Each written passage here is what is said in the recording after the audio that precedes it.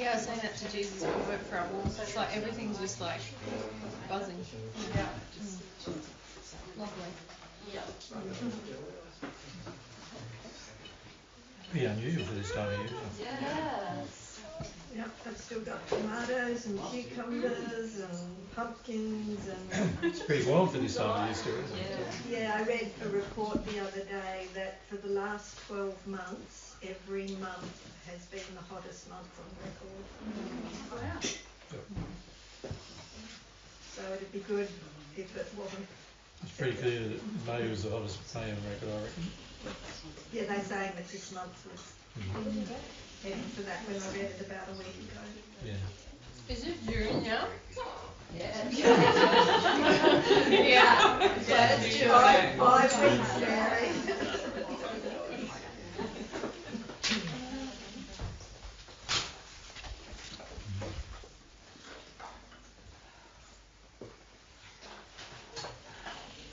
At least I don't have to prepare sexually. I just have to prepare spiritually, emotionally. What's this not prepared sexually? I'm prepared. Just all the other aspects of it. I'm not bowing out sexually, just not in full preparation mode. Is that one of the shirts you got while you're away? Or? No. Oh. No, you're not showcasing them, are you?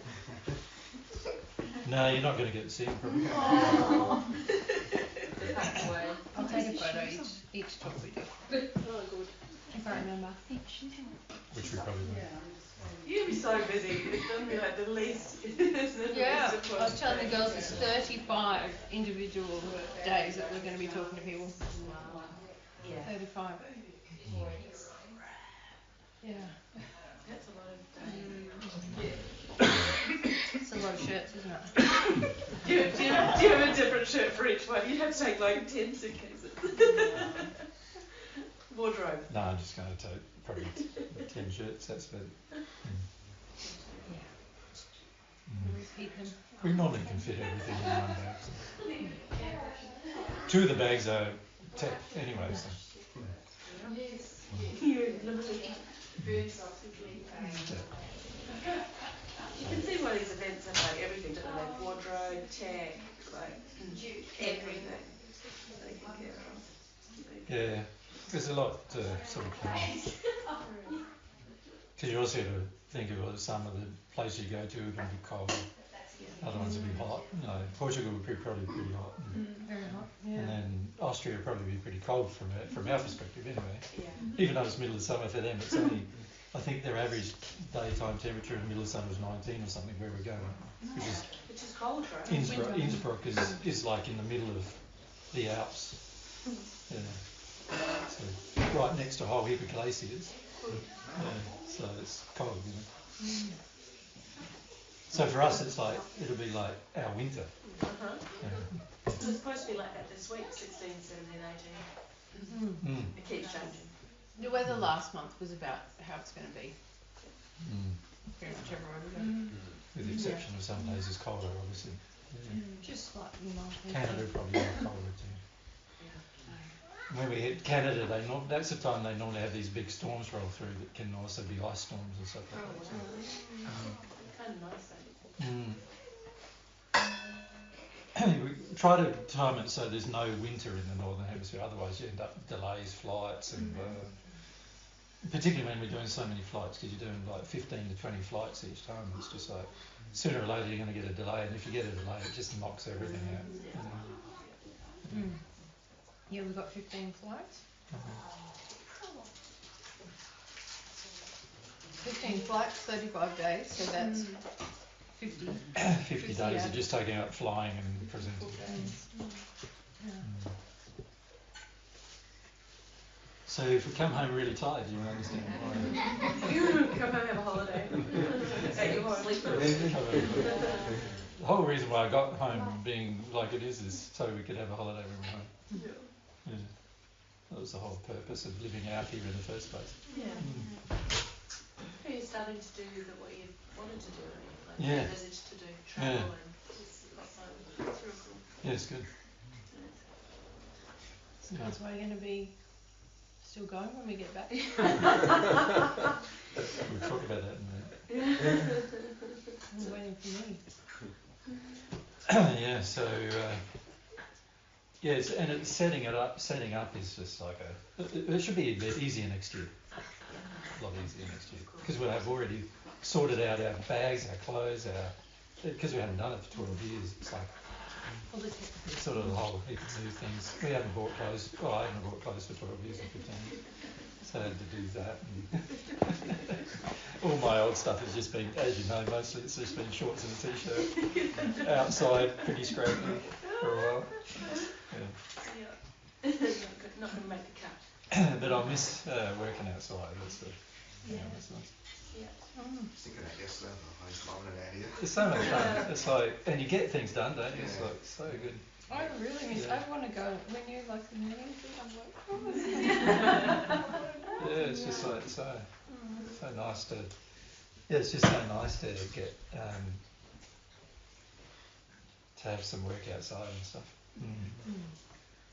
So I miss that a bit. The other thing we find when we're travelling, you've got to keep healthy. You know, people want to give you gifts, and a lot of times they want to invite you for dinner and other things like that. And every dinner's like a 3-course meal type of thing. It's just like, if you just let it happen, you're going to come home twice the size. It's shirts, yeah. So you've got to be quite strict on, you know, if you're going to get us presents, then there can't be no clothes because we haven't got any PJs to put. Hugs is the present. Yeah, that's about it. Just practice what we teach. That's the present. And food is not a good present because you know, if we go overboard with food, we just you end up like in a bit of a everything not working, your bowel and everything. Yeah.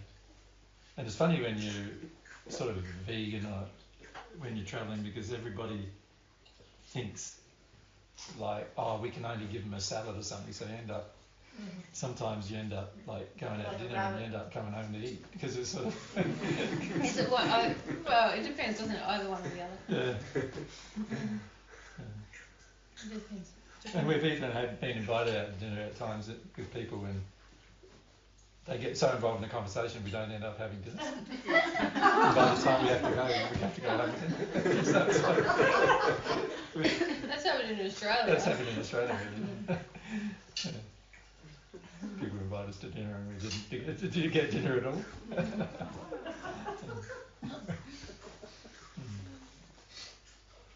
And people, you know, obviously have the feeling of, oh, while they're here I want to get some time and whatever, but it's pretty hard to do that. Because there's 700 or 800 people that you're meeting, and in amongst all that it's very hard to give sort of personal time to anybody unless it's by circumstance, really.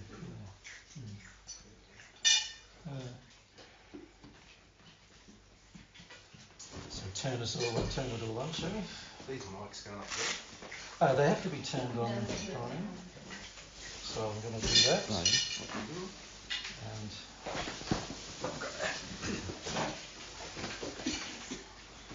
testing 1, 2, 3, 4, 5.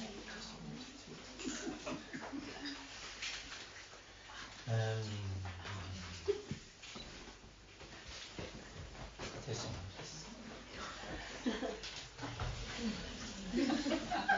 Testing 1, 2, 3, 4, 5.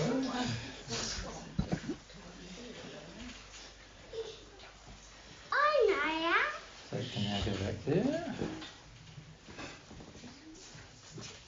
Testing 1, 2, 3, 4. That goes back there. Dad's got to get out his mobile phone.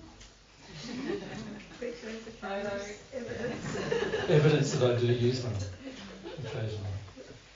It's only I had to get one for the equipment. The equipment can't be remote controlled. You got none there. Yeah.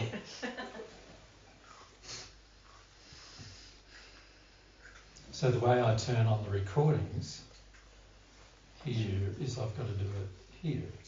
You actually literally can't use this on again. Yeah, You've got to go from here. Because that was obviously recording because he's remote control. So I've got to, Mike, there's an app to set the recording going. Backup recording. Mike 0 is going. Yeah. So now there should be a little light that's gone on the red Yeah. light. Just I'll face him that way so you guys can see. Turn on this one as well. Sure. It's recording and turn on this. So this is something we're going to have to do every time too. Okay, you just check your recordings on there. Yep. Okay. And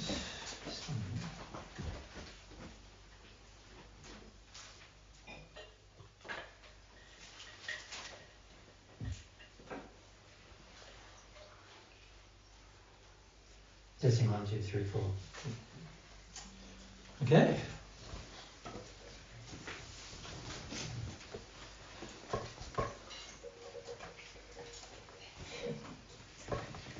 Now we can relax. And all that. So these technical stuff is a bit of a hassle. Yeah. So is it a bit too loud? Or I'll talk quietly.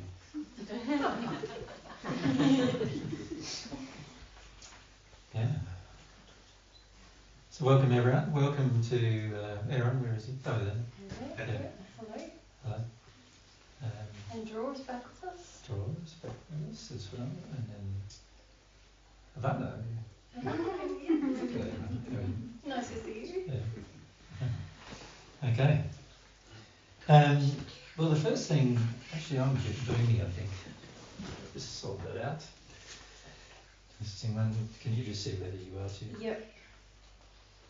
Hello. I'll just say hello, Paul. Hello, Anna. It's like in the what's that young talent? Did you ever have that? Goodbye, Eloisa. Goodbye, Sapphire. Goodbye, Brownie. At the end of every show, they'd sing. Testing 1, 2, 3, 4. Testing 1, 2, 3, 4. Testing 1, 2, 3, 4.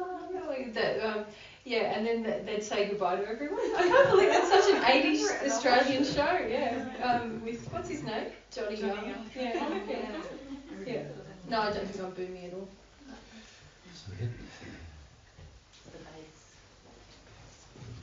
Yeah, it's the depth thing. Johnny's voice is not sort of voice. You're bassy. Okay. Well, the very first thing we probably need to do today is apologise to those people who were working on cleaning the Planks. Planks. Planks. for the unloving behaviour of your directors. All 3 directors were involved in that, even though some of you may not think so. So we need to discuss that. So why was it unloving? Do the directors know? Do you directors know why it was unloving? And her staff. Yeah. I think that we were getting caught up A bit further away from it, yeah. about here. Yeah, there's too much plosives going in the mind. Yeah. I think that we were getting caught up in certain addictions that we had to keep things clean for like Corny's things specifically clean, and they probably didn't need to be done in such a way. It's such an indirect way you just said that, Eloisa. Basically, my addiction to not just being direct and making a decision that things are going to get dirty. We made people clean things. Yeah, but it's more than that, isn't But it? why is it unloving? Yeah. Like what happened today was quite unloving, and to the people who were working specifically with cleaning the planks. Okay. So it was quite unloving. So I want to talk about why it was unloving. Okay. So we need to find out, well, why is it all unloving? So firstly, what's the purpose of a tool? To be used to make a job easier. Okay, so the purpose of a tool is to save people time. So we wasted people's time. Now today you wasted people's time, Yeah. right? Yeah. And so when the purpose of a tool is to save people time. Yes. Now let's look at the amount of time that was wasted. Yes. There were nearly 8, including the two of you, 10, I think, people working on the project, on that part of the project. Let's say the average person gets paid Australian dollars 30 or 40, let's say $40 an hour. Yeah. Right? So think about the time that was used. So there's 10 people at $40 an hour, there's $400 an hour. Yep. And we Times by 2 and a bit hours, Yep. Is it took? Yep. $8,000. That's 10,000, that's $1,000, right? Yep. $1,000 of time. How much is a new plank? Yeah. Probably less than it. $300. Right, you could almost have bought all of Connie's planks for the amount of time you spent cleaning them today. Yep. Sorry. Right. Gosh, I'm sorry, everyone. Alright? Yeah. So, and the purpose of a tool is to be used, and particularly those tools are made very resilient, so that they can be used over and over and over again. And a bit of paint on, I know Connie is worried about a bit of paint on, because that's quite clear, and we'll talk about the different emotions involved here, but a bit of paint on them, really, if you think about the amount of time being wasted, you're better off just going out and buying a new plank. Yeah. They'd be more loving to the people than actually having them clean them. Yeah. Does that make sense? Yeah, it does. Yeah. So, and the fact is, they weren't that dirty anyway. They were just spattered with a bit of paint here and there. And also, paint eventually comes off. Yeah. It's not like it's going to stay there permanently. It's going to come off. They just won't look very nice, maybe, for a bit. But how much more painting do we have to do? Well, we're going to have to do masses in the future. Of course, yeah. There's every venue we ever build is going to have to be painted, probably, right? Yep. And at some point, a plank is going to have to get dirty. Is it not? It is. Yeah, it's going to have to get dirty, right? And anyway, it's already built in such a resilient way that it's unlikely that it being dirty stops it from being used as a plank. Yeah, and also it's not going to stop it from being dirty. It's not going to, in this context with paint, it's not going to stop it from being safe or from being maintained. Correct, because it's still things. Paint doesn't make it more slippery or any of those in kind fact, of it gives things. it more grip. More grip, actually. Well, potentially. Potentially. Yeah. It's like when we clean the tools at the end of when we're working in the earth. That's a completely different. Can you see the difference there? If you leave the earth on it, the tool's going to decay, it makes it harder to use the next time, there's all these other issues. A plank with a bit of paint on it, it's not actually going to interfere with the usage next time at all, if it's just little flecks of paint. You need to adjust yours a bit further away because you're closer in the mic. A bit further away from you. Like that? Yeah, it just needs to be a bit further away from your mouth, that's all. I might have to adjust you down a bit. Can you pass my little put my little sock on? Put your wind sock on. Yeah. Doesn't fit much. Maybe when you're little. Oh, nothing. Right, I'm just going to mute myself while I do that. Do you want me to do it so I can see? Sorry. Okay. Should be better. Yep. Yeah, that's better. Yeah, so I found it very interesting that the purpose of a tool is to save people time, and yet no time was being saved. Yeah. So that is pretty strange, isn't it, in terms of how we look at things. So the question then becomes that how did it become so unloving? How did it And you've got to have to be really frank with yourselves, the three directors in particular, have to be frank with yourselves about how this became so unloving. Does that make sense? So how did it become unloving?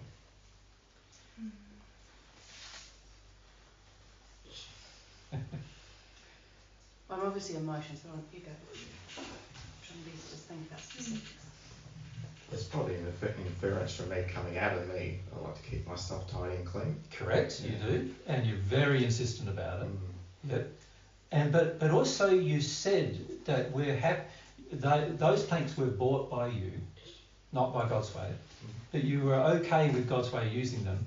But obviously the inference, the feeling coming out of you is, I want them to be pristine. Yeah. Like that's the feeling coming out of you. And Connie, you are not aware of how strong your projections are. Like, they are intensely strong. And all the 14 have intensely strong projections, whether they say a word or not. So yes, that happened. Yeah. So the feeling in Connie actually has been, when it comes to your tools, the tools are more important than people, almost, to you. And that's an issue of love that needs to be addressed. If your tool is more important than a person, or more important than a person's time, then obviously you've got your priorities out of balance when it comes to love, because people are more important than things. You know, the way God's laws all work is that people are more important than things. You know, that's the way all of God's laws work. The souls, the laws pertaining to love in the soul are the highest laws. The hierarchy is, the very highest law is the law pertaining to the soul. Now, if we were going to teach people how to clean the plank, then that might have been a higher goal, not just for the sake of, you know, making it clean, but actually teaching people how to do it. Well, that might have been a higher goal, but even then you've got to start going, well, when would you ever clean the plank? Like, obviously if there's mud and stuff on it and that's slippery, then you'd clean the plank. But when it comes to it's fit for purpose, whether it's fit for purpose, then it's going to be fit for purpose with a bit of paint splatter on it, isn't it? Yes. And if there were big paint splatters on it, well, that's a different matter. But these were just little specks on Tiny it. flecks. Just Yeah. like So if it was a big paint had been spilled on it, obviously you're going to clean that straight away, right? It's quite obvious. But again, it's a fit for purpose thing. And if people are less important than things, then you're going to end up being way out of harmony with love and way out of harmony with the priorities of the law that God's laws demand. Mm-hmm. Right? And also it's not just, there's obviously for you, Corny, a feeling about the need for things to be pristine, because the thing is not damaged. No. But you feel it is when it has a paint splatter. Yeah, when it looks anything other than pristine, It's there's... more looks than function. Well, no, there's a feeling in you that so it's not... Well, actually the feeling in you, which we'll discuss more later, is more that if you don't love my gear, then you don't love me. Yeah, that's the one. And that's the feeling that you don't want to feel, right? So yeah, if you don't love my gear, you don't love me. Now I'm just going to turn down those audience mics a bit too, because that's a bit closer. But obviously you're measured, because you're so sensitive to that, like so resistive to that feeling, there has to be just a little bit of paint splatter and you feel like you're not loved. It's like, oh my gosh, they don't love me. When if you didn't have that feeling, you'd go, well, that's normal. The planks are getting used, that's good, that's why I've got them. It's not anything, it's not interfering with their worth, their working, you know, they're still functional, and so it's good. I am loved because it's been used and it's respected. It'd be different if everyone was out there, I don't know, cutting it up or stomping on it or whatever. Or getting out a saw on it or something like Yeah, that. yeah. It's not longer going to be fit for purpose. But because there's that feeling in you of like, people aren't going to love me, people aren't going to love me, it's like, boom, anything that happens there is sort of triggering that. Yeah. So, you know, obviously that then becomes a projection. From me big time. Yeah. Now, what happened with the two lady directors? Well, The two women directors? When a man starts projecting quite strongly at you, what do? I respond to him because I had numerous times before today and all through, like, basically I've overridden my feelings, my thoughts, and what I would have probably done if it had been my own plank. In order to please Corny. Correct. 100%. Yeah. And did anyone... Not only that, you were willing to override it so much that you were willing to be unloving to 8 other people. Yes. So that's really. That's a really intense amount of being willing to be unloving. Yes. Does that make sense to both of you? It's like, it's one thing to just affect you. You know, you recognising I've got addiction, please Corny, so I'll try to please Corny. And you clean the plank by yourself. Yes. That's one thing. Not very good still, but it's still. But no, what happened was you basically asked 8 other people to be involved in your addictions, right? Now that's a very unloving thing to do, isn't it, when you think about it, to involve other people in our own addictions to the point where we're demanding that other people do what we would do, even though what we are doing is not loving. And we're demanding them to, but it's not even really what we do under other circumstances, just in that addictive state. In the addiction to please, correct. Yeah, the projection, Yeah. you are actually being completely willing to be unloving to another 8 people, right? Well, let's put it in context. If there'd been more, I'd be willing to be unloving to To more. everybody in the entire world. But that's really the extension, isn't it? Correct. But you're at least willing to be unloving to all of these people who have volunteered their time, Yes. which, by the way, is a loving act. That they're taking a loving act to volunteer their time, and then you're being unloving to them, asking them to meet one of your addictions. Yes. And that is very much out of harmony with God's way. Yes. So today could have been called what way? Eloise's addiction way. Well, yeah. What do we call it? It's no, sort of like I think it's. Let's be more Trifecta of specific. addiction. I don't want to challenge a man's projections way. I don't want to have Bend an over argument. backwards to please the man way. Yeah. I don't want to have a fight Yeah. with the man. People are less important than my People are less important than my fear of menace. or Is having re- a feeling about that. And my fear of having an argument with him is. Do you want Does that to make ask sense? the right? Yeah. Yeah. So this is like, if people are more important than you just needing to stand up for what is righteous and have an argument, then can you see you're basically saying, well, my addiction is more important than these people. Yeah. And this is the reason why we have so many problems on earth. It's because everybody on earth basically does believe that their addictions are more important than people. That's why we have all these problems on earth, actually. And we rationalise it away. You can rationalise what you're doing, but it doesn't change what you're doing. You're still just meeting an addiction. I didn't even clock it, really. It's just like, this is just what I have to do. These planks need to look good again. Yeah. Like at home, I've got paint splatters on all my tools, because it's just impractical to clean them. But I didn't even make that connection of like, okay, what am I doing here? Yeah. Yeah, and also like, go ahead. No, I was just gonna say I came to Jesus and said, what is this crazy business that we're like getting this stuff off these planks, This is because Corny's got an issue, but my response was, God's way, like I said to you this morning, God's way needs to get their own planks. And why didn't we do that? But, as Jesus pointed out to me, he's like, no, that's God's your way is to have addiction, an argument Mary. with Corny first. Mary doesn't want to have an argument with Corny. She just wants to get her own planks. Instead of saying, Corny, you said we It's could use them, volunteering, now you're it's being We don't want ridiculous. an argument either. So you'd rather go and buy another set of planks than have an argument with Corny. That's weird. This is bad. It's a way out of having the argument, right? This is so bad. Yeah. No, it is pretty bad if you think about it. No, I don't even think this is really bad. Because, so you can see in the process, can't you, that there is a number of things going on, isn't there, in terms of what is happening, and each person acting in an addiction, usually the projection is the next person needs to satisfy that addiction, and then you satisfying that addiction, now you projecting in another group of people saying, oh, we're having to satisfy that, really your own addiction, to satisfy another person's addiction. Sort of employing people to meet Corny's addiction, really, to avoid his feeling that he's unloved. Not just his addiction, but it's also your own. My addiction to not have the fight with Correct. man. And not having Yes. this if I disagreement, had say, integrity, and it doesn't have to be a fight, does it? No, just me having a disagreement, saying, Connie, is this really realistic? And if he said absolutely 100%, I'd say, no worries, we need to get our own planks. Yeah.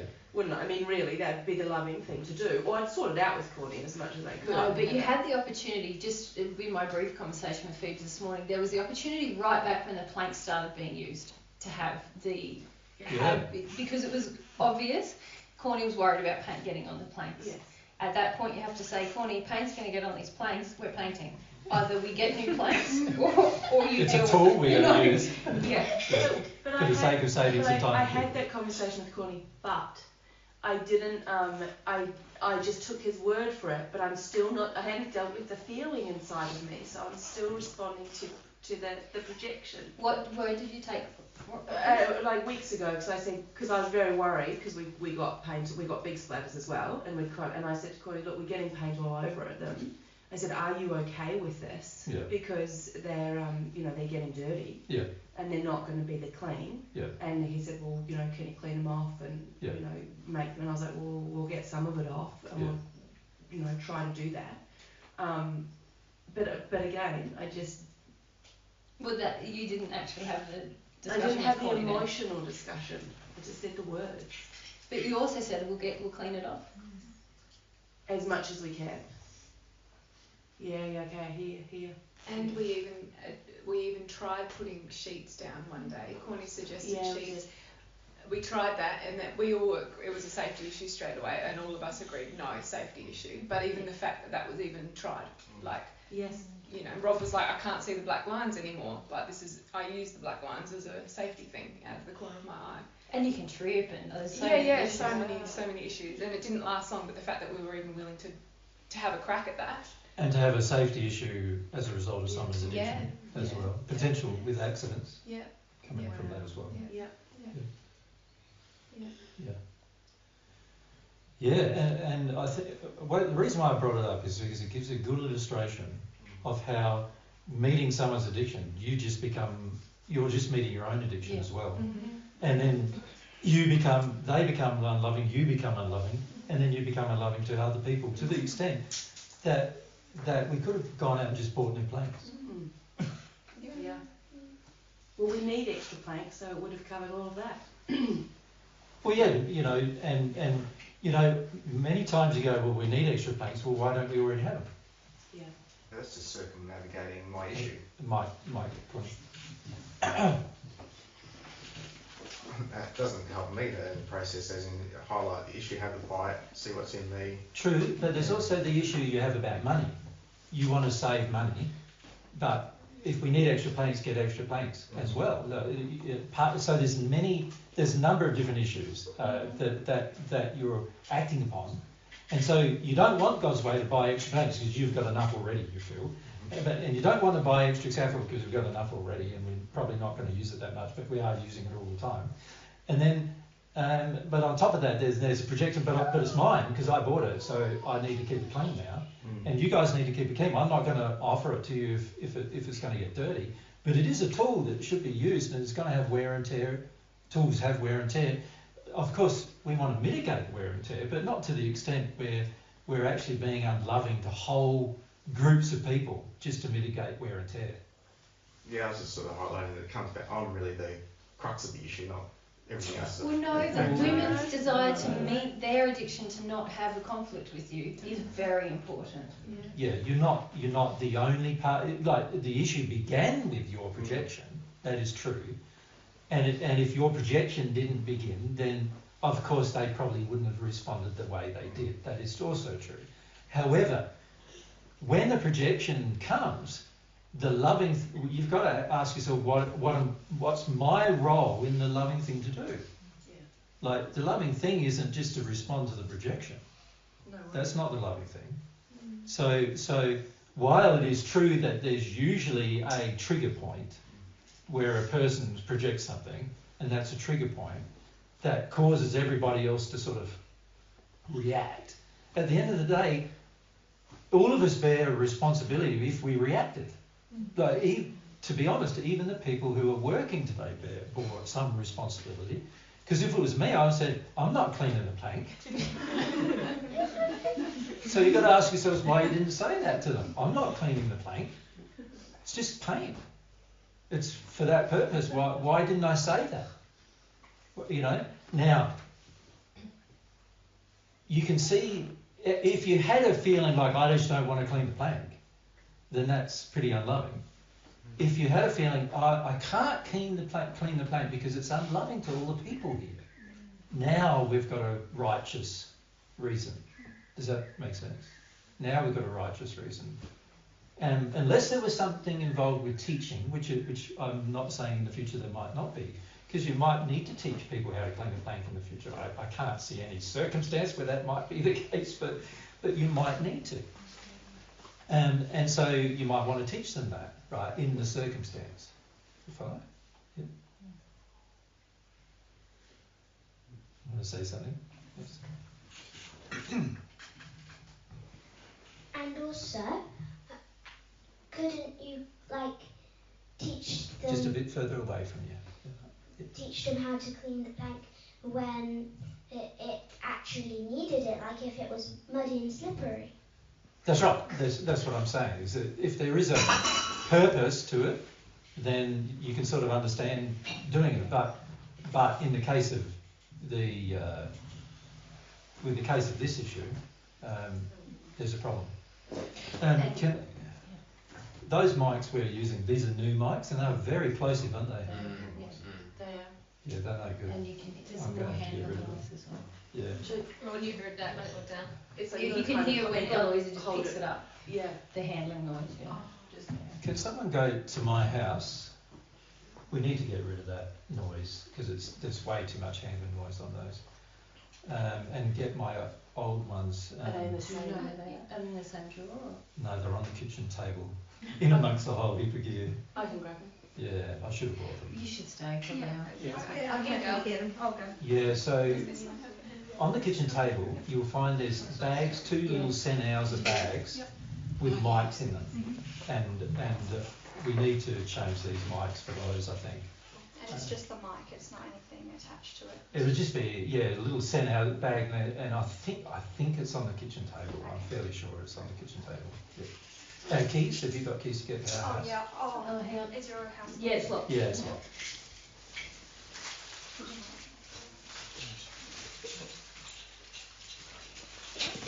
This is the back door.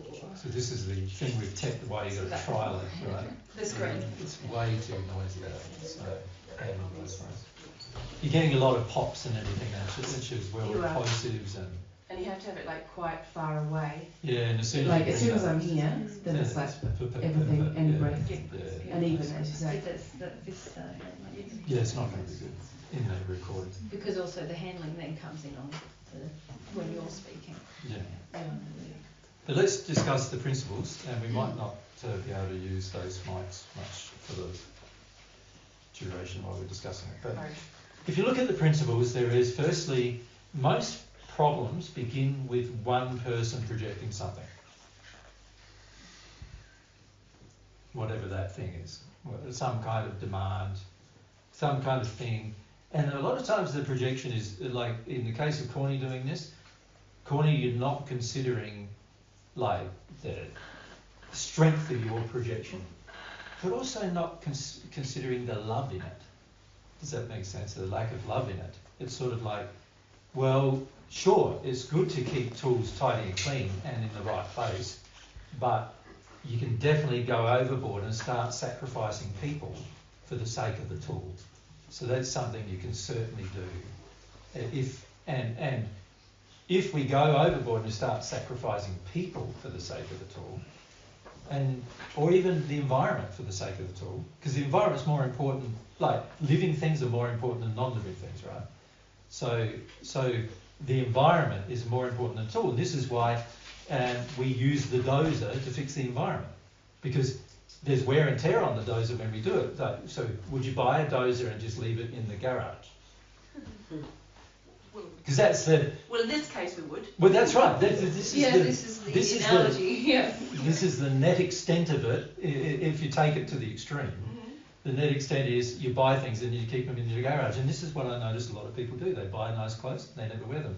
They buy a nice car, but then they get really, about using it, their car. They get all projected about somebody using it. And there's going to be, you buy things like equipment, and then you go, oh, but I've got to protect that now from everybody else. So, and we're willing to go to great lengths to protect our equipment from other people, to the point of killing other people to protect the equipment. That's the net effect. That if you look at it historically, that has happened many, many times where we're prepared to do that. right, go to the extent of harming people for the sake of the protection of some equipment. Now, obviously that's very unloving, but it all begins with the lack of consideration of what is the loving thing to do in the moment here. Yeah. So if you ask me to clean a plank, unless it's like filthy, dirty and covered in mud and you can't use it, I wouldn't be doing it. It's just as simple as that. I want to keep it pristine and nice, and obviously I don't want to damage it, and I want to be careful how it's used, and I don't want to break them, and obviously I'll take care with it, because otherwise I'm also then not caring for people, because there's people who made it. There's people who smelted the aluminium and they put it together in a plank, and you know, I would also be loving to them if I look after the plank and make it last as long as it possibly can last. Right? But I certainly wouldn't not choose to use it or sacrifice lots and lots of people's time, love of people, for the sake of the plank. Right? So there's a balance there, isn't it? That is what I'm pointing out. And today that balance was completely overlooked. Yeah. Bearing in mind too, the economy was overlooked, because for the amount of time you spent cleaning the planks, you could have bought new ones. But those new ones are going to get used, so they're not going to be pristine forever. Like, imagine every professional painter, they do a paint job, they come home and they clean their planks so that there's no paint on them. It would take them longer to paint the house. Every time we're out painting, Rob's just like, we would never do this, we would never clean it this well, you just can't. Yeah. Do you want me to use this? Are we putting this? We might still use them, but hopefully I'll get the other ones.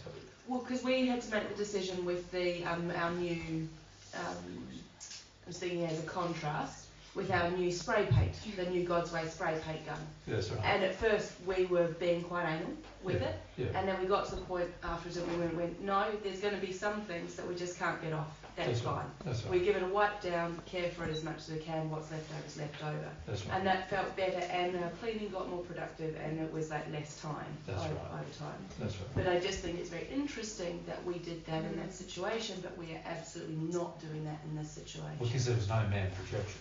It's very important. This gendered issue that's happening here is very important. And is that the issue? Is each of us have got a little different flavour for that, or is it just that any man projects at us? Well, obviously any one of the 14's projections is going to be pretty intense. Yes. Right. So, and you know, being around Mary when she starts projecting, it's pretty uncomfortable. Yeah. And if I ever project, which I don't know if I have with any of you, but if I ever did, most of you probably feel really uncomfortable. Yeah. But you know, there is that factor in it, you know. But at the end of the day, most of us are pretty sensitive to projections and trying to mitigate them. Well, right back, as soon as you call in Connie and saying they're getting dirty, or we'll put a thing on there, you're already responding. You're already in the projection. Right back then is when you need to stop. Instead of having the discussion with Connie. Say, what is going on here? There's a huge projection that we are trying to deal with here.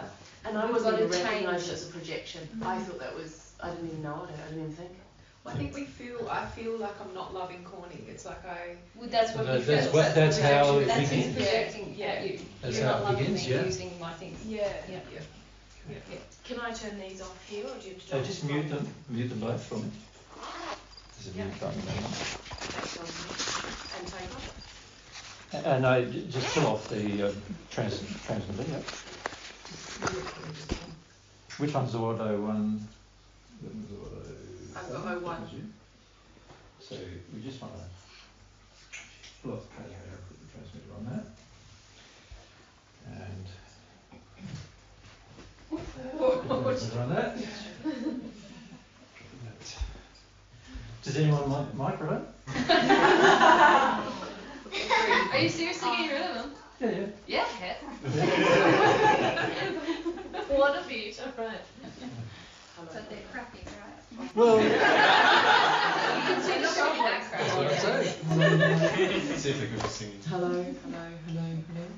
That's better. It's much better, isn't it? Much better. No, it's not. So hold on, is this just the old style? The old style's just where it's at? Yeah, That's a $250 microphone. Ha ha. That's $1,000 microphone. I love the $1,000 one. It's beautiful. So, We were just trying to do economy for travel. yeah. Yeah. Not so Obviously much. not working, right? We'll clean these ones really well.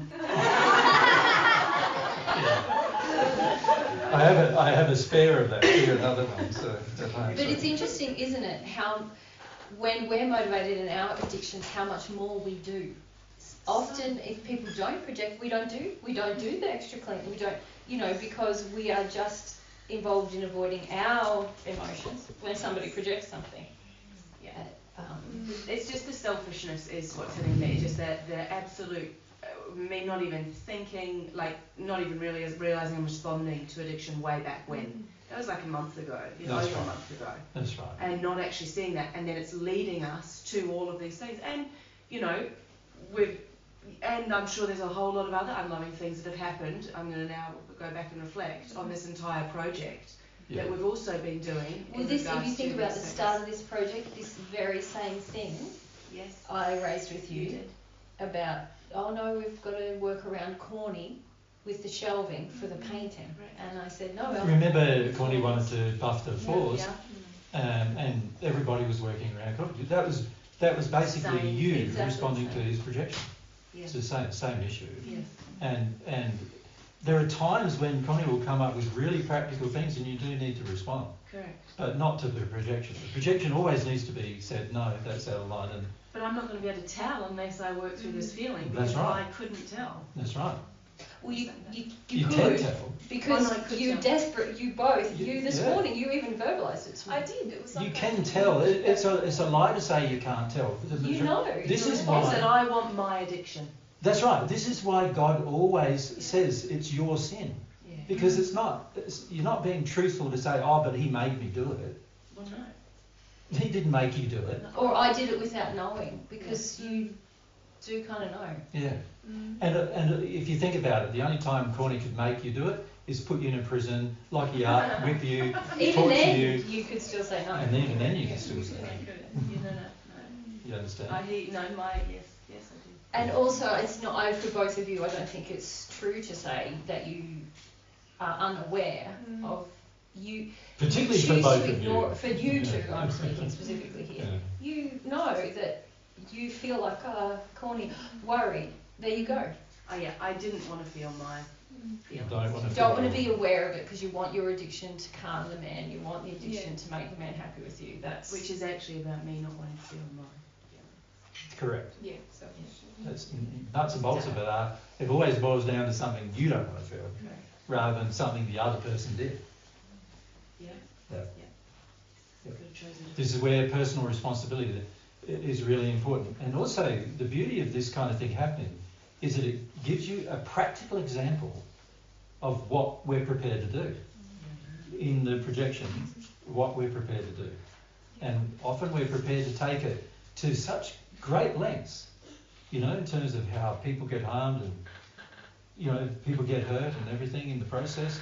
And we're prepared to take it to that length because we just don't want to feel something. We're just not wanting to be humble enough to feel something. Does that make sense? Yeah. Jack, you want to ask? I don't think not being transparent. My initial feeling was like, this seems over the top. Yeah. So if I acted on that and said something, it may have changed or. Yeah. Well, really worth just saying it. The girls in their current addiction probably would have sent you home. Yeah. Which is interesting, but see, if I was you, then I'd raise it with me, because at the end of the day, Mary and I are founding members of God's Way, and if the directors need to be sacked, we can sack them. Does that make sense? So, if you feel something is unloving, you go to you make the effort in a loving manner. You make the effort to deal with it. Now, when you're saying this is over the top, that's not a very loving statement, right? Why is it over the top? It just felt like a waste of time. Yeah, but see, now all that is anybody's going to hear is you feel like you're wasting your time. which is what you actually did feel. I didn't think that everybody's time. That's right. You're not thinking about everybody. You're not thinking about love. No. You're thinking about my time, So that's selfish, actually. Yeah. Right? Now, if that was raised with me, I'd then make you go and clean the plate. Even though I think clean the plate would be... When I say make you, I'd say, no, that's your job until it's done. Yeah. That's what I would say to you if you came at me with that. Yeah. Do you understand? Yeah. And so even the statement, my time is getting wasted. Well, what about everybody else's time? What about where did this begin? See, if you love, you consider those matters. Yeah. You follow? So you just don't go, this is all unfair and this is all, and my time's being wasted, I'm not doing it, and I'm going to have an argument about that now. I don't want to do that, and you start arguing. Yeah. That's all indication that you've got some addictions now that you're not dealing with, right? And a person who doesn't meet your addictions would actually do the opposite of what you're demanding probably under those circumstances. Even though, just so that you learn what you're in as an addiction. Right? But what I'm saying in this case is that when you do, many of you didn't speak up. That is true. But you were in your addiction by not speaking up. Yeah? Which was also unloving. That makes sense? Now, how you speak up is also going to determine whether you're unloving too, isn't it? So if you speak up, this is just a waste of my time, without their consideration of all of the factors involved, without there being any feeling about, people are, people's time, not just mine, people's time is being wasted here, and also we're now saying the planks are more important than the people's time. Right? Now that seems to me to be a pretty unrealistic statement to make, or unrealistic thought to have even. If you thought of it that way, then raising it would be very reasonable. And do you think possibly your leaders at that time would listen? Probably, wouldn't they? They'd probably go, wow, yeah, you're dead right. I hadn't thought about that. Why am I even doing this? There's got to be, if I'm not considering the love of the people, I'm not considering how much time is getting wasted, and I'm not considering what the whole reason for having a tool is right from the beginning, and I'm not considering all of these things, then we've got to change.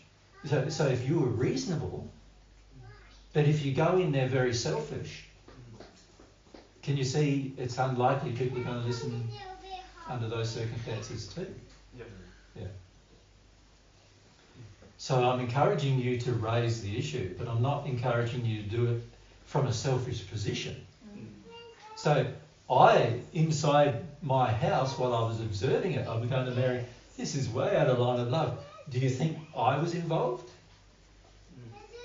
I wasn't asked to do it, and yet I was concerned for your time and the different addictions that were in play.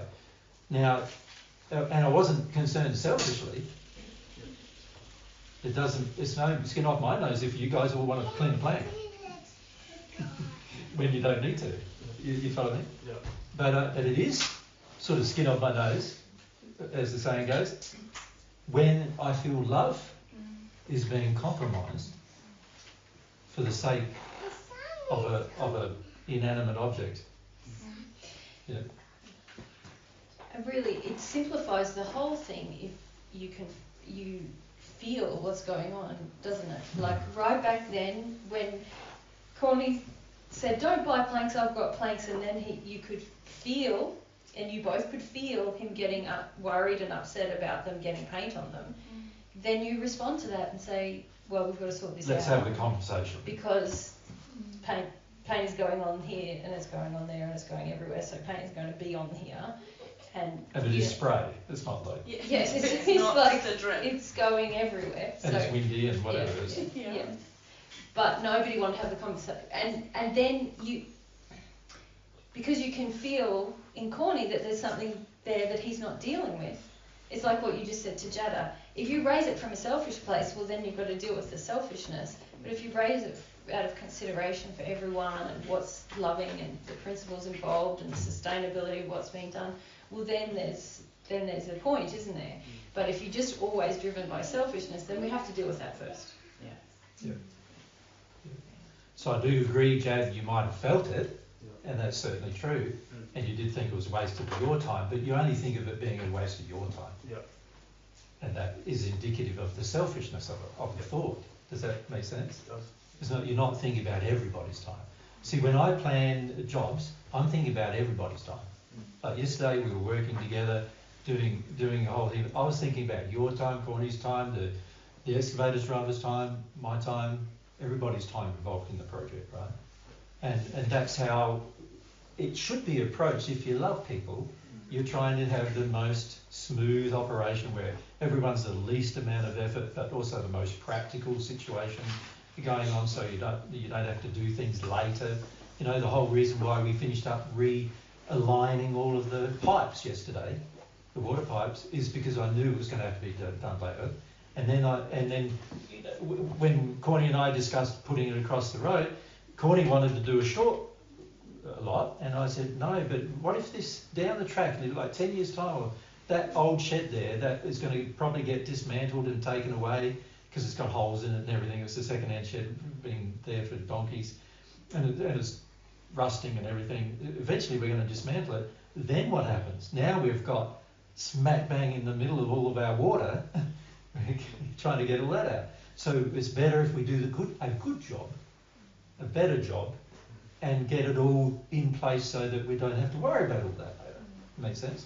So if love dictates a lot of the choices and decisions, not what's my personal win. Or expediency now. Yeah, or expediency for me. Yeah. So quite often, so an example of that, Mary and I have done a lot to plan for this trip away. The whole reason why we're even running tech right now, which we wouldn't normally do, is for loving of the people while we're away. And also loving for you so that you can maybe even listen to it at some point, so that there's good recordings. And Mary and I have done like a huge amount of personal effort and cost and everything to ensure that will happen, right, while we're away. Now, we could just play it by ear and go, oh, we would just rock up, you know. Right? We could just rock up at every event, and if you can't hear, you can't hear. Too bad. Now, of course, if I did that, then people would go, I can't hear, we need to do something about that, which would be good that people did that. But they're only doing it for selfish reasons. You see, a person who really wants to help me would say, I will set up all your sound, not because we can't hear, but because we want everybody to hear. Not because it's selfishly motivated, but because it would benefit everybody. Or they would notice that we're doing all the sound and go, why are you doing all the sound? Why don't you have a team? We say, well, I haven't got any money to have a team travel with us. Well, what about we pay for the flights and accommodation of the people to do that for us, or whatever. Or they could at the event if they learned. But nobody wants to do that. So that's why Mary and I are doing it. Because we do love you, and we do care whether you're here. Does that make sense? So a lot of your decisions when you love will be not necessarily easy for you to do, not necessarily easy to accomplish, but if love drives you, there will always be a good outcome for it. Yeah? Nikki?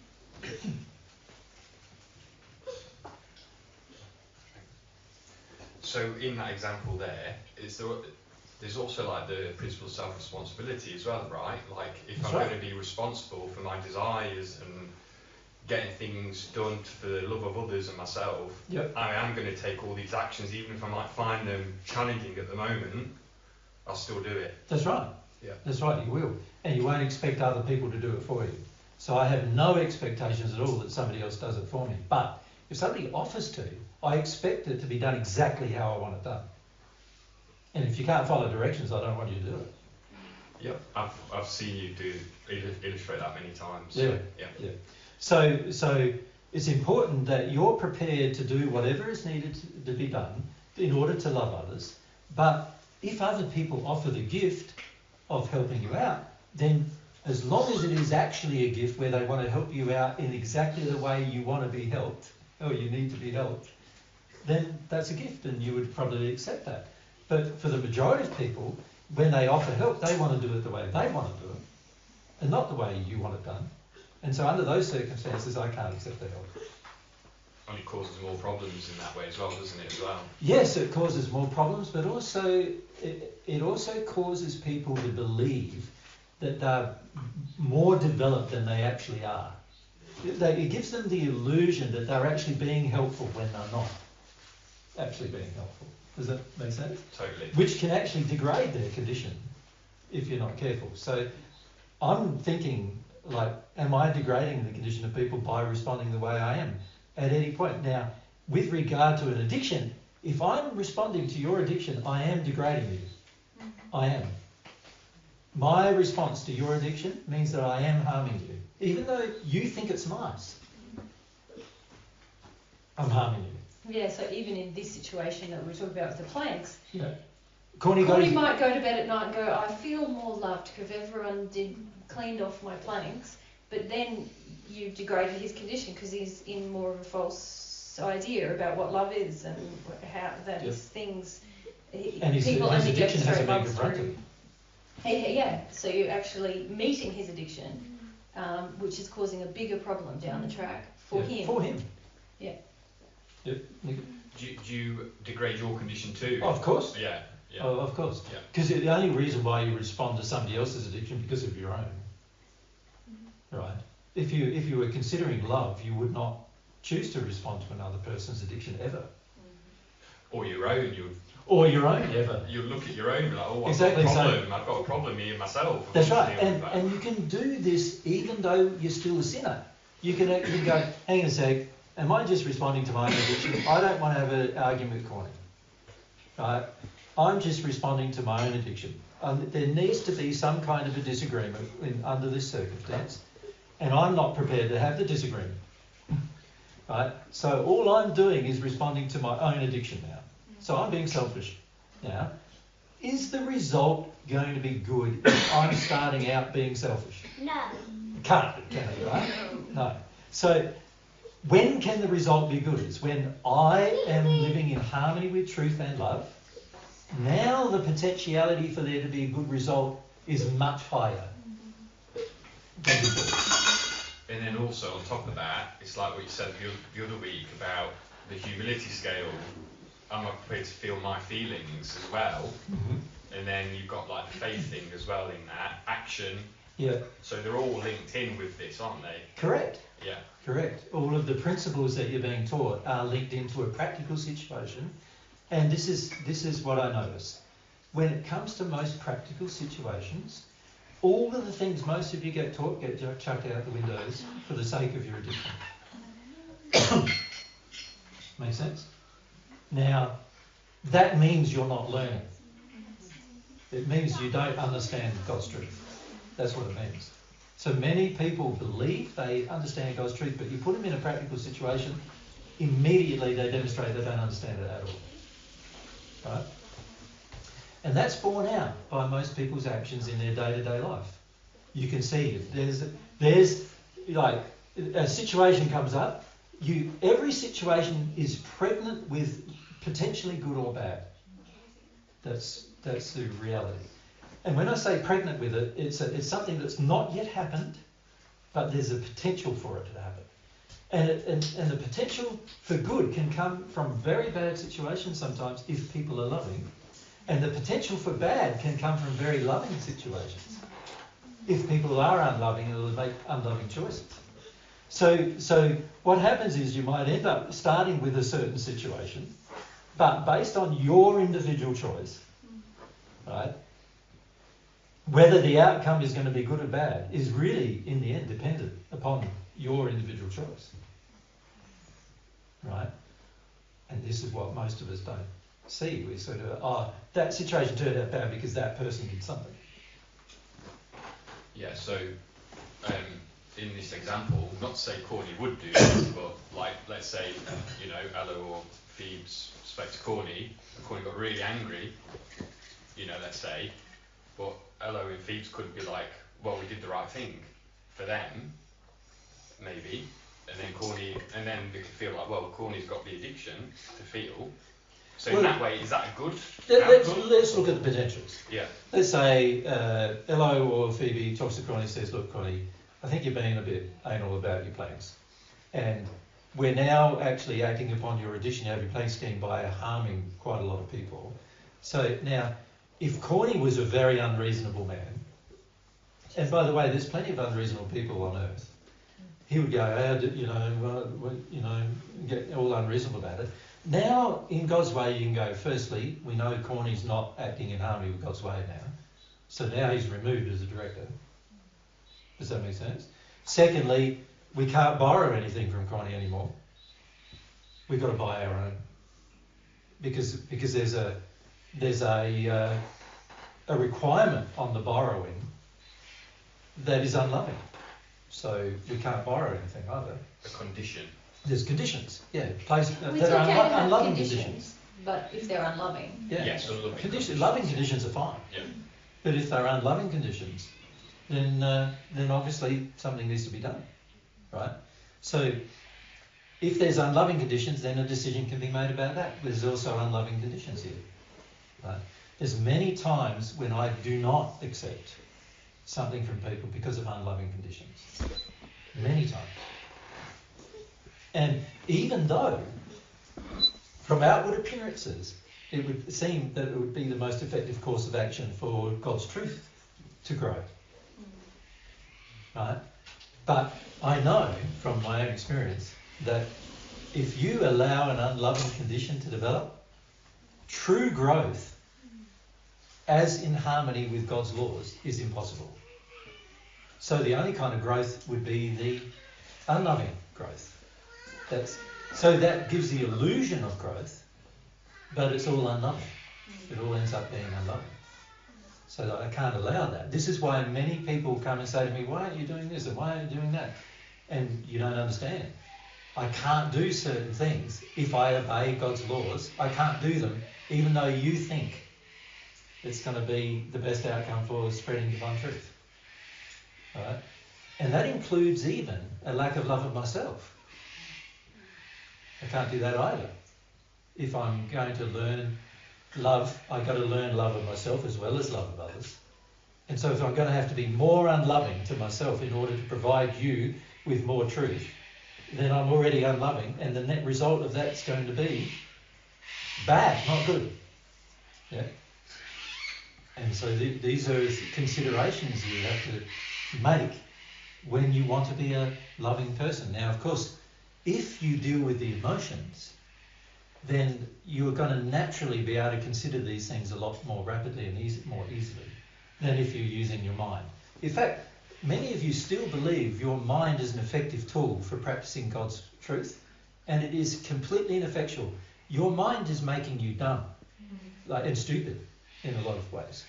Dumb and stupid because you're not understanding at an emotional level what is required to practice God's way. And so you think you know, and you really know nothing, right? And that is a very dangerous place, actually. A very dangerous place to be when it comes to God's truth. You need emotional intelligence. Emotional intelligence comes from a connection with love. That's where it comes from. So true emotional intelligence comes from you connecting to love in every circumstance and feeling it inside of your heart, feeling the love inside of your heart. And you being able to tell that that is God's love and that is in harmony with God's laws and love. And that is what is going to make every decision you make wise, right, for your future. But frequently I see people who are very intellectually clever, or believe themselves to be very intellectually clever, who are so stupid when it comes to emotions. And that makes them stupid intellectually as well. They become stupid intellectually because emotionally they're not connected to love. They're not emotionally bound to love in any way. And so what they think is real and what they think is right and what they think is true are all completely false for the most part. And this is how you can have a brilliant man being an atheist, which is the most stupid idea possible, right? Being an atheist is a stupid idea, particularly when the reality of the God's universe is that there is a God, right? And there's huge amounts of evidence that there is one. Then being an atheist is a pretty silly idea, right? And yet many of these men or women who are atheists are super intelligent, like from an intellectual perspective, while at the same time being incredibly silly from a truth perspective. Does that make sense? Yeah. And so this is the problem: is that we frequently are thinking, "Oh, I know what I know, think what I think, and that's all good, and I'm brilliant, and I can tell what's wrong and what's right, and I've got a great arbitration in me between good and bad and right and wrong, and I can see everything, and all I use is my intellect, and it determines it all." And the reality is, you are so removed in that place from the realities of love, and that it's impossible for you to be right on hardly anything. And this is why there are super intelligent people in the hells. Super intellectually intelligent people in the hells. Because they're so removed from love, they're living in a fantasy world that's so removed from love, right? So removed from the reality of God's construction. And that's where they live.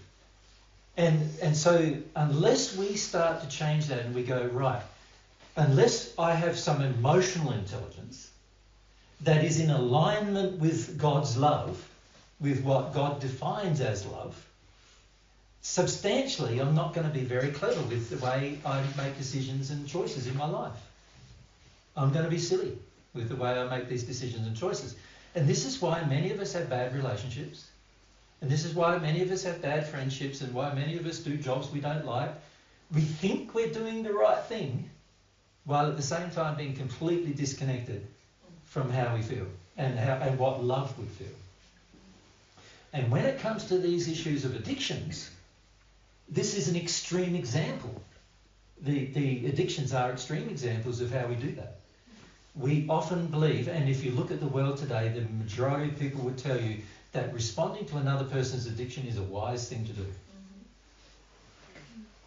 Right? Most people believe it's clever.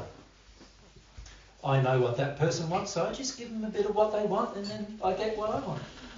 They think that's being clever, while it's being actually highly manipulative and destroying your soul so much that by the time you arrive in the spirit world, you're going to be in the hells so deep that you're going to struggle to get out of it.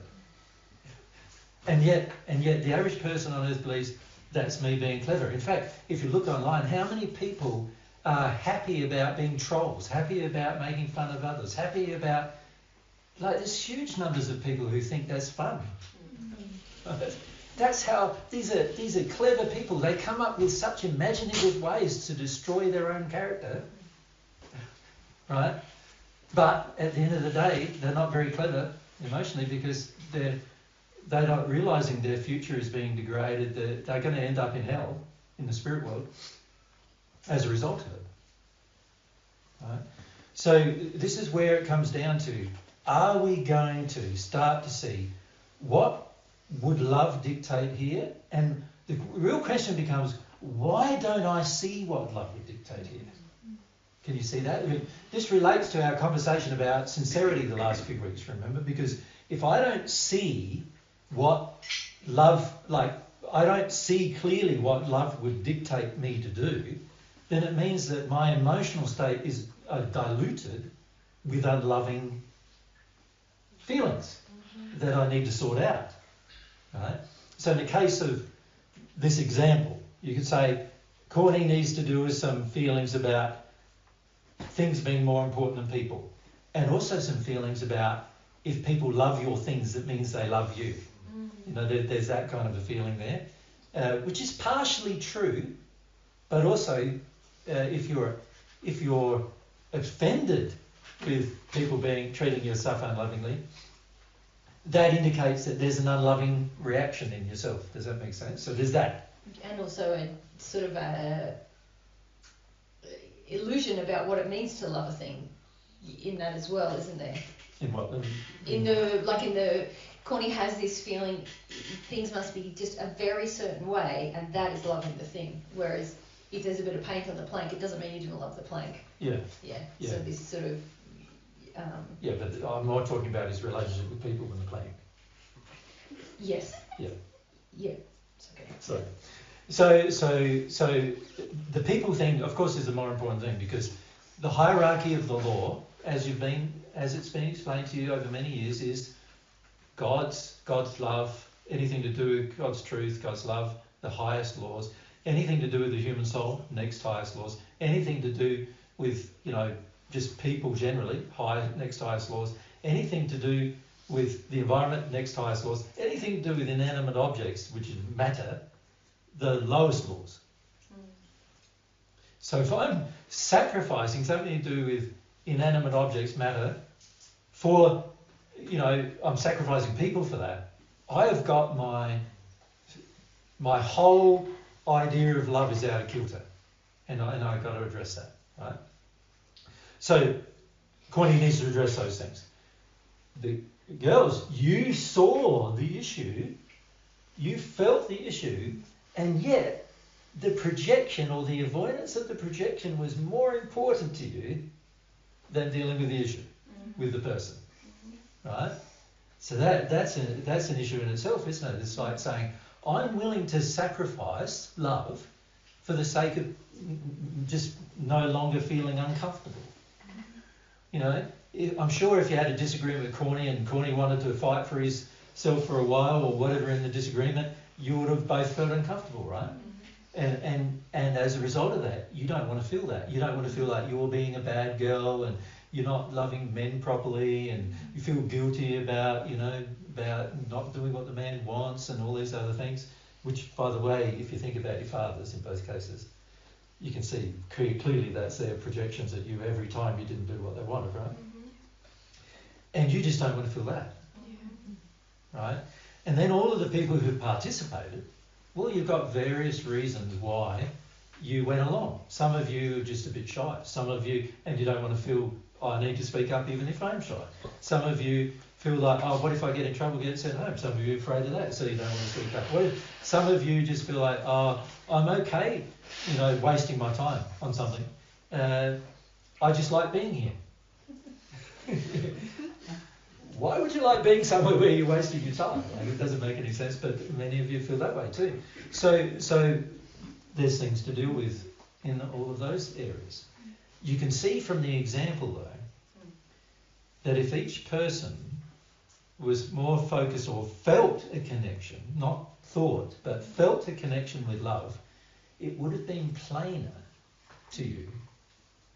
So many of you did feel something was wrong, but why wasn't it plain to you what was wrong? That's because there's a muddied waters within.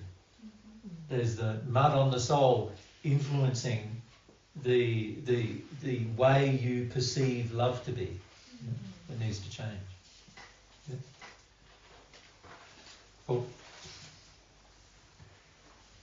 I think the learning I'm getting from this is that, excuse me, that Nelly need to do life in slow motion. You said that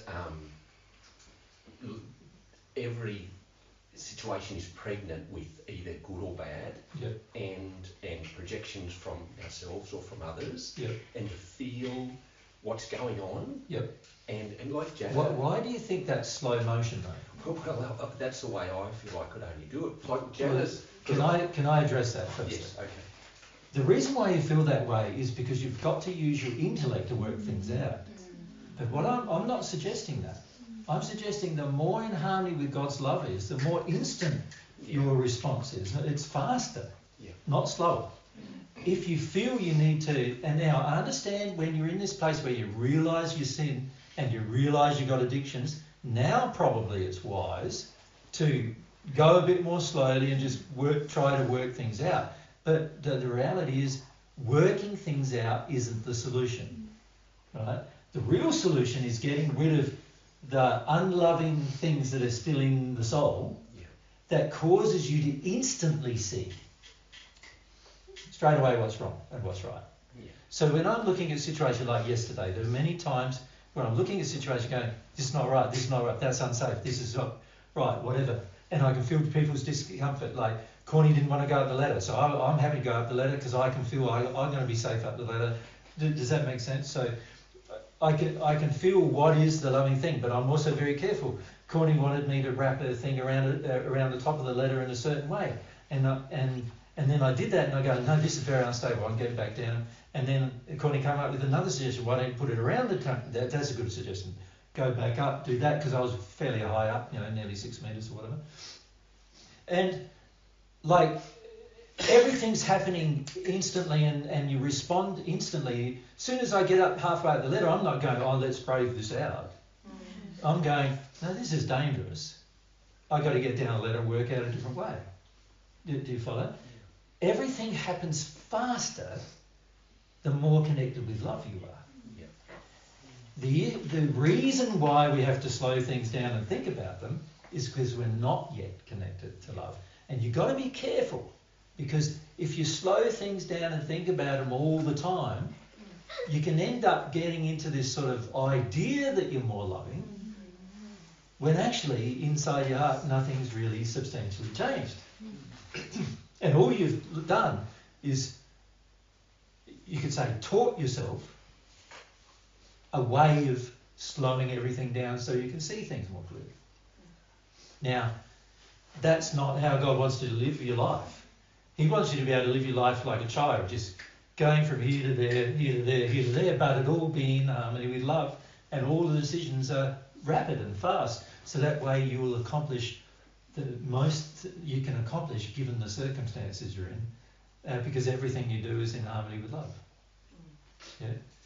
So the idea that I've got to slow everything down and think about it is actually coming from an intellect that's afraid of its emotions. And control and stuff. That's right. Where you want to do the good thing, like you want to do the righteous thing, you want to be connected with God and do the righteous thing, but the heart hasn't yet evolved, you could say, enough to be doing the righteous thing automatically.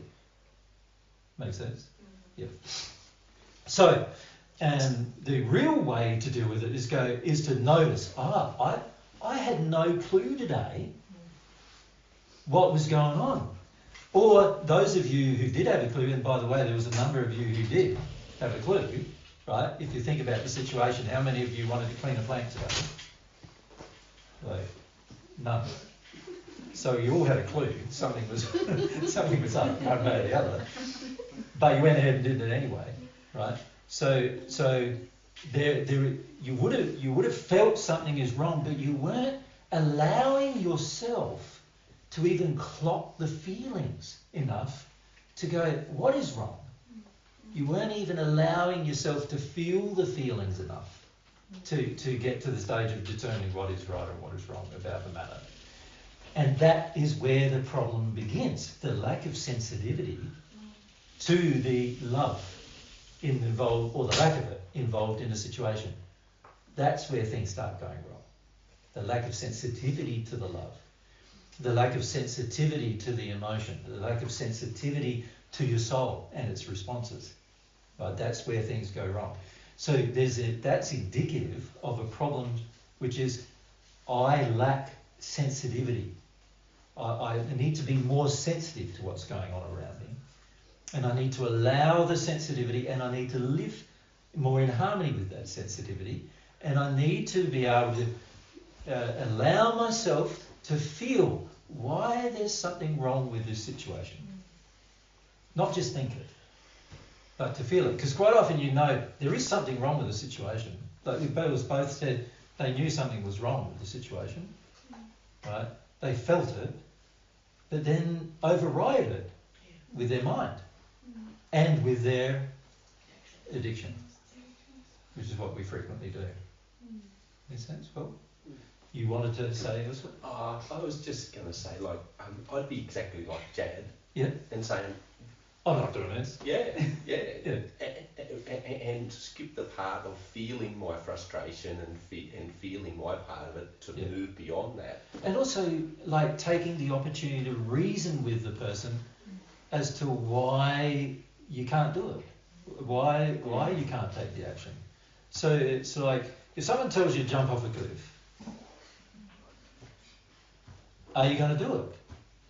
Now, the reality is a lot of people on earth would potentially do it under different circumstances, right? And if somebody does do that, if you're sensitive emotionally, you would go, well, I'm going to die if I do that, or get severely hurt if I do that. It's probably not a good idea, right? You would feel that, and the sensitivity to the feeling is what's going to end up driving you to either refuse or not, right? Now, I'm calling it jumping off the cliff because in a lot of ways, meeting your addiction is jumping off a cliff, right? Because substantially what you're doing when you meet an addiction is you're lowering the condition of your soul. So you might be in, say, this condition in your soul, and then when you meet people's addictions through and meet your own, you're basically, from a soul perspective, jumping into a more hellish place. That's really what you're doing. You're jumping into a more unloving space every time you meet somebody else's addiction. So it's very unwise for me to meet somebody's addiction or my own, because in both cases I'm creating in my life a more hellish existence, which is a very unloving thing to do to myself and to others. So unless I have some feelings that say that was unloving or this was unloving, and then a lot of times we have the feeling something's wrong here, right? But that's as far as it goes for most people. And the reason why that's as far as it goes is there are many reasons, but the primary ones are love isn't our focus. If love was our focus, you would know why you had that feeling. And asking that question like, oh, what's going on here? What's wrong here? Something's wrong here. Yeah. Yeah, something's wrong here. And I like to be honest in the situation today.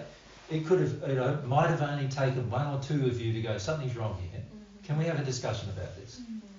And the girls might have gone, well, what do you feel is wrong? Well, it seems to be a waste of our time, and the planks are, this is a reason for a plank. They're going to get, and they're aluminium anyway. They're not going to be damaged by the plank or anything else. You could have come up with some explanations, and also it just feels like it's a waste of my time. You could be honest about that, couldn't you? And then they could go, what's going on here for us then? Why are we doing this? Is it really important or not? Is there lessons to learn or not? Now, in the case of Mother of Millions, there's huge lessons to learn for the majority of you. That's why we keep putting you on them. Does that make sense? Because there's teaching opportunities. They're still not learning the lessons of being thorough, still not learning the lessons of following instructions, still not learning those lessons. So those lessons are important to learn.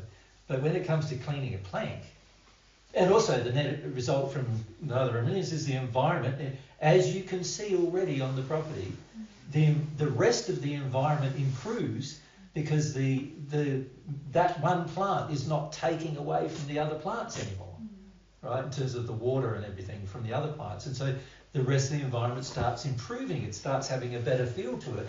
So you can feel the improvements. But in the case of the plank, none of that's happening, right?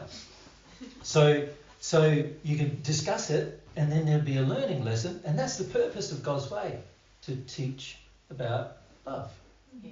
That's the purpose of it. It's not to get things done, it's to get souls changed.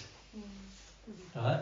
And the other purpose of God's way is to share with as many people as we can how that change occurs. Now, of course, to do that, we need to learn how the change occurred in us. We need to do that first. But these are things that we can learn from God's way. But like cleaning a plank and being unloving in the process, you're not learning anything but to feed other people's addictions. So you could say, from the goals of God's way perspective, this morning's exercise aside from this being a teaching occasion, if we didn't take, Mary and I didn't take this opportunity to teach about it now, the entire exercise this morning would have been a waste. Not only a waste, but a degradation of your condition. Yeah. So that's a very important thing to put into practice in your own life, isn't it? To notice these things in your own life. But to notice them, you're going to have to be sensitive to love. Not to selfishness, not, oh, it's just my time being taken up now. None of that, but sensitive to what love would ask of you, what truth would ask of you. Sensitive to that. And it doesn't feel like, when you say that, if someone's got an addiction, to me it feels like nearly mean to go against that. Correct. So which is an error. Obviously. Yeah, which is an error. But when you say love, that's not my idea of loving the person. That's right. So this is where we have to have our correction, isn't it? Yes. So at the moment, you could say, for Eloisa and Phoebe, their idea of loving Corner is to clean his plank. All right? Yeah, you make but it's a very flawed idea of love. Yeah. Right? Yeah. Which needs to be addressed. Yeah. But if you felt the other nuances of what was going on, you would have known that. You would have gone, I'm wasting all these people's time for the sake of for a plank. And after the plank's clean, it's still going to do exactly the same job as it would before it was clean of paint. So I'm wasting everybody's time for no net advantage aside from me meeting an addiction. And therefore is the addiction an advantage? It can't be, can it? And this is something we would have to then address. Right? But the key eventually is to get so sensitive to love issues that these thoughts are instant. And trusting that. It's like I want to go and sort of manage it, go slow and instead of actually being sort of childlike and trusting feelings and being spontaneous, that's right. Say what I feel.